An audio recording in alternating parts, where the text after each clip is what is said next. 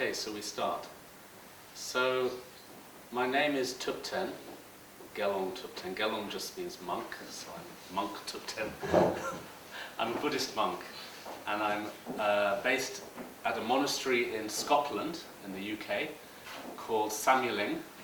Samyeling was the first Buddhist monastery established in the UK, so it's quite old. It was established in 1967, and I've spent many years there. I've been a monk for 23 years, and so I spent a lot of years at the monastery learning, studying, practicing, and also doing retreats. We do very intensive meditation retreats in the Buddhist tradition. And in the last few years I've been doing a lot of teaching, giving courses, giving workshops and lectures. And some of the time I do classes in Buddhist centers, and then I'm teaching or helping people to learn about Buddhist philosophy. But actually, most of the time I teach in a sort of non-religious way. I teach meditation and mindfulness in the community, and I do this all over the world, and I do it in a lot of companies, businesses, where they want to learn about meditation to help them to reduce stress. I also teach in schools and hospitals, clinics, prisons, drug rehabilitation centers, social service departments, lots of different places. And so in those kind of situations, and as today, I'm not really here to try to preach Buddhism. I'm not interested in trying to convert you to Buddhism. That's totally not my plan. So it's not a religious explanation. It's about meditation, about mindfulness, about stress, about health, well-being, all these very important issues. And the Buddhist tradition has a lot of advice to offer around all of that, which you can then apply without needing to become a Buddhist. So I think that's wonderful that we can all learn a little bit about meditation. And as I'm sure you're aware, meditation, and nowadays they talk a lot about mindfulness, this has become incredibly popular all over the world. So many different organizations and institutions are actually taking on mindfulness as part of their program for helping staff to have greater levels of health and well-being, less stress, more focus, all of those things. So why is that? Why is it that in the last, I think, 5 or 6 years, there's been this huge explosion everywhere of people wanting to learn meditation? Because of course meditation has been around for a long time. Buddhism is around 2,500 years old. Why now is meditation so culturally popular? I think it's because there's been a lot of research done recently. They've done a lot of research in Europe and America around the benefits of meditation on brain function and health. So they've done research using people who are quite experienced in meditation, where they've done brain scans, MRI scans, and they've also done, you've probably seen pictures of people meditating with a sort of shower cap with wires coming out of it, that, checking the brain activity. And they've definitely proved that meditation practice helps the brain to be more healthy. So they've proved that it improves areas of our happiness, also empathy and compassion. I mean, they've really done a lot of tests to prove that it reduces stress, increases happiness. So with that medical scientific research, of course, now meditation has become so incredibly popular. For us as Buddhists, the evidence that it works is the fact it's been around for 2,500 years. But nowadays, of course, the medical and science community being able to produce all of this research and evidence has really helped people to trust it more. And it's really kind of filtered into the consciousness of everybody. People all know about meditation and mindfulness now. I don't know about here in this country, but in the UK, pretty much most days you open the newspaper and there's an article about meditation. Everyone's talking about it. So I think that's great. I think it's great that people are more switched on to this very profound and very useful and also very simple technique. The great thing about meditation is it's something you can do on your own. You don't require equipment. The only equipment is your mind and your body. It's you, and there's, you need to be taught, there needs to be training, but really it's something we can all do on our own. What I want to do today is explain to you a little bit about the theory behind meditation and a little bit about the practice. And the theory part is very important because a lot of people are sort of drawn to meditation and then they go off to a class and they learn how to do it, but they don't really know how or why it works. And if you know how and why it works, that gives you a greater sense of connection with it and confidence about it. So I'm not going to be talking about how and why in terms of the scientific research. I'm going to be talking about how and why from the point of view of our experience as a human being. So the foundation for learning meditation and mindfulness practice, the foundation or the base for it, is to start thinking about our mind and how we react to things. How we react, how we feel, how we experience our life. And one very important key word that comes up in this exploration is the term freedom. The word freedom. Freedom is a very important concept in all cultures.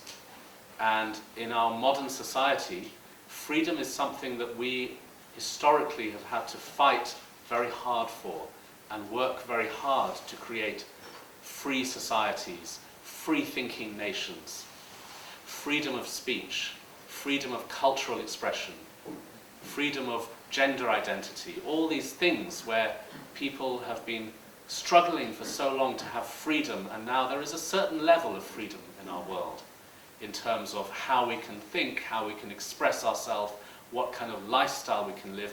And we're very committed to that freedom. We fight very hard for it, and we feel very angry if somebody threatens our freedom. But from the point of view of meditation, there's another kind of freedom, a much deeper kind of freedom, that people maybe haven't thought about. When we think of freeing our mind, what kind of idea does that bring up in you when you think of freeing the mind? So I think many people, when they hear this expression, freeing the mind, they think it means to be a free-thinking person, to have your own ideas and to have your own beliefs and to not be held down by society or by the government or by culture, but to have that freedom to be who you are and think how you want to think. That's one aspect of it, but from the meditation point of view, there's a much deeper way of looking at this, which is to understand that even though we may be intellectually very well-trained, we may be socially, intellectually, culturally very sophisticated, in spite of that, if we look very deeply, we'll realize that our minds are not free. At the very deepest level, our mind isn't free. Why can I say that? It's because if we look honestly into our mind, we'll realize that it usually doesn't do what we want it to do. Or it does what we don't want it to do. And it's quite a humbling experience to notice that. Because on one level we feel that our life is very successful, very organized, and we're very in charge of our reality. And on another level we find all these thoughts and emotions flooding through our mind that we have no control over. An example of that is you get up in the morning in a bad mood, you go to work in a bad mood, you go to bed at night still in the bad mood. How to get rid of it? When we're feeling angry, irritated, just general bad mood, all we want to do is stop feeling like that. We want to drop it. But we can't. It seems to just hold on, and we don't know how to stop feeling that way. Or another example is if we look at our reactions to life. Those reactions are not particularly healthy a lot of the time. We don't react to life in a way that we would think, oh, that's a useful reaction. Even in small things. For example, supposing you're driving your car and you're stuck in traffic, heavy traffic, and your car, there's lots of cars in front of you and, it's a traffic jam. Or even just driving to work and there's the red light at the intersection and you have to stop. What often happens is we get kind of irritated, don't we? We get wound up or frustrated. Some people get really angry. Some people just get a little bit of sort of feeling of impatience. And then you have to ask yourself, is this reaction useful? Does my reaction make the traffic move quicker? No. Do I plan my reaction? If I'm stuck in traffic, do I think, I'm stuck in traffic now, how shall I react? Okay, I'll try and be stressful and see how that feels. Or when we get depressed, when we get upset, or when somebody says something to us and we don't like it and then we feel hurt. We don't want to feel hurt. Or we carry that hurt with us for centuries, a very long time, and we don't know how to stop feeling that way. Or we find somebody says something or does something and then we say something, we shout at them, or we don't shout, but we kind of say something a little bit sharp, we snap. And then afterwards we think, oh, why did I say that? Why did I do that again? So that's not the picture of somebody who's in control of their mind. That's not, if we are doing things and saying things and feeling things and then later regretting it, that shows there's not much freedom. So in one sense, we've got all this external freedom. We can go where we want. We can dress how we look at me. I wear all these funny clothes. I can dress how I want. So we're free externally, but we're not free internally. Our mind isn't free. Because our emotions, our thoughts, our reactions, they just jump around. A little bit like a monkey in a forest. I'm going to do an experiment with you now. I'd like you all just to sit as you sit, and I'd like you to stop thinking completely and clear your mind totally. Don't have any thoughts. Let's see how that goes.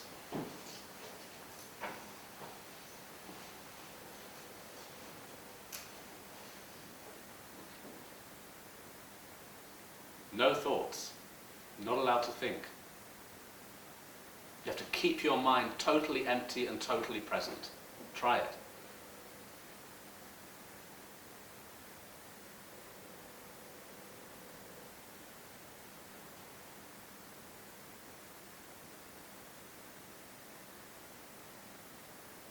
Okay. I can't do it. Can you? But isn't it funny, because we asked our mind to do something and it wouldn't do it. We asked our mind not to think and then loads of thoughts came. So who's the boss? Who is our boss? Are we in control of our mind? Maybe the word control is not such a good word because it sounds a bit harsh and aggressive. But is our mind free? No. So that's what inspires somebody to start meditating. Because they start to understand that they want to stabilize their mind. They want to learn how to transform our automatic reactions. We want to understand our mind more deeply. Now, meditation is often misunderstood. A lot of people think of meditation just as a kind of relaxation therapy. It is relaxing, but that's not all.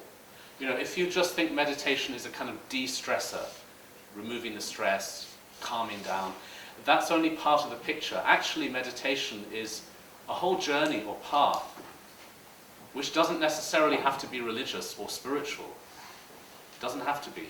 But it's a whole journey or path towards understanding the mind. Understanding the mind more deeply. Understanding the functioning of our thoughts from a very experiential point of view. Understanding our emotions. Learning how to change from negative to positive. Learning how to free our mind. And in this sense, the journey of meditation is a kind of study of the mind. In fact, Buddhism is a made-up word. It was made up by Westerners. It's not an original word from Buddhism. It's got the word ism on the end. That's a sort of, it's a Western concept. When Buddhism was heard about by Westerners, they had to give it a name with ism, so they called it Buddhism. In Buddhist cultures, there's no word Buddhism. The words in Buddhist cultures are very interesting. For example, Tibet, Tibet is, I'm following Tibetan Buddhism. In Tibetan, the word for Buddhism literally translates as the science of mind. In Tibetan culture in Tibetan culture there are lots of different branches of science. There's the science of healing, which is to do with medicine. There's the science of mind, the science of poetry, grammar, all kinds of different sciences. And meditation or Buddhism is one of those, and it's called the science of mind. And I think that's very interesting because it suggests that we are exploring our mind like a scientist. We are taking this kind of inner journey. The human race has learned how to take a journey to the moon and see what's on the moon's surface, but we haven't learned how to understand our minds. So we've gone out there, but we haven't gone in here. And that's the journey that meditation brings us, is to understand our minds more deeply. I meet so many people who are incredibly highly trained in their fields of business or different disciplines in life, and yet they don't know how to deal with their emotions. Because at school we never learned that. At college we never learned that. We never learned how to deal with stress. We just learned how to study and stretch our brain and compete. And we didn't learn about the mind at a deeper level. So that's where meditation training comes in, and it's never too late to start. It's never too late. So how does meditation work? Well, there are a lot of misunderstandings about meditation, because a lot of people think that to meditate you have to go blank. You know what I mean? You have to sort of clear the mind. Has anybody here ever tried meditation? Lots of people. Do you find it quite a challenge? Is that because you can't stop thinking? Is that why it's difficult? Okay, so it doesn't have to be like that. If you take one thing from this talk, let's take this with you. That you don't have to struggle like that in meditation, because you don't have to stop your mind. You don't have to clear your mind. It's very different. In fact, the more you try and clear the mind, the more you get thoughts. If I tell you now, do not think about a carrot, you'll think about a carrot, because the mind is a rebel. The mind is incredibly rebellious. And if you tell the mind to stop thinking, it starts thinking. If you tell the mind to think, it stops thinking. It does the opposite. So clearing the mind is not the point. And the more you try to clear the mind or empty the mind, the worse the thoughts become. So then people sit there trying to meditate, and they feel incredibly frustrated because they sit there trying to empty the mind, and then there's thoughts, and then they feel they've failed. Or then they're trying to push the thoughts away. Actually, if you meditate like that, you'll become more stressed. So your meditation is making you worse if you have that kind of approach. So then what is the right approach? We need to understand that we are not trying to go blank. That is a kind of unconsciousness. It's almost like being in a coma or trance, and that's not meditation. We're training in consciousness, not unconsciousness. So consciousness involves a dynamic relationship with the mind. A dynamic relationship. That's very exciting. How boring just to go blank. That's like going to sleep. Well, nothing dynamic about that. If you want to go blank, just bang your head against the wall until you fall unconscious. And what has that got to do with the rest of our life? Nothing. Supposing meditation was that. Supposing you sit down to meditate for 10 minutes and then you just go blank. Well, how does that help our life? How does it make any difference? I'm making jokes about this, but actually many people do meditate with that kind of idea, and they're not right. It's not useful. It's more about developing a dynamic relationship with our mind. a dynamic relationship, a relationship where we're looking at our thoughts, we're looking at our reactions, and we're learning how to be free. Now that doesn't mean chasing them away, it means learning to leave them alone. Learning how not to push them away, learning also how not to make them bigger. But learning to just leave them alone. Isn't that the definition of freedom? Just let it be. Isn't that the definition of freedom? So how to do that? How to do that requires techniques, because you can't just sit down and think, okay, I'll just do it, I'll leave my mind alone, because the thoughts just become like a whirlpool or a whirlwind. So we need a technique. The technique involves learning to focus the mind, focus on the present moment. And usually we use our breathing. That's very easy. We just breathe with awareness. Now a lot of people get this wrong because they start breathing like a dog that's thirsty. You know, they start panting or breathing deeply, thinking, I need to breathe, and that's meditation. That's not correct. Just breathe normally, which you're doing anyway. You know, we're breathing from birth till death. There's no breaks. There's no breaks. You don't have to make yourself breathe. And the reason I'm making this kind of joke is because sometimes when I give a class and we say we're going to do breathing meditation, suddenly there's like wind in the room. Because they feel they have to start breathing. And actually that's not true, because we're breathing anyway. And the beauty of this technique is our breath is with us all the time. When we're awake, when we're asleep, when we're happy, when we're sad, our breath is always there. Therefore, the availability of meditation is always with you. Because you are the meditation, your breath is the meditation, it never stops. The breath is always there. So that's wonderful, because you always have your friend with you. Your meditation, you always have that. You can connect with it. Whether you're sitting still or whether you're walking around, you can always find ways to connect with the present moment.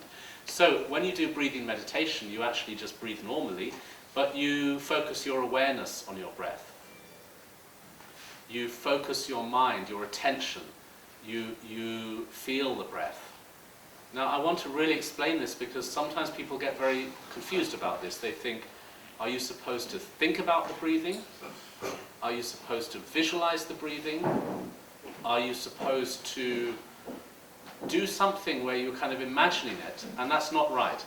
You just breathe. You just breathe with awareness. And you don't have to do anything except focus or, you know, kind of keep connected to the breath. Now, that's quite difficult, because what usually happens is, well, let's try it, and then you'll see. Okay, sit there and breathe with awareness. Just focus on your breathing and nothing else, and see what happens.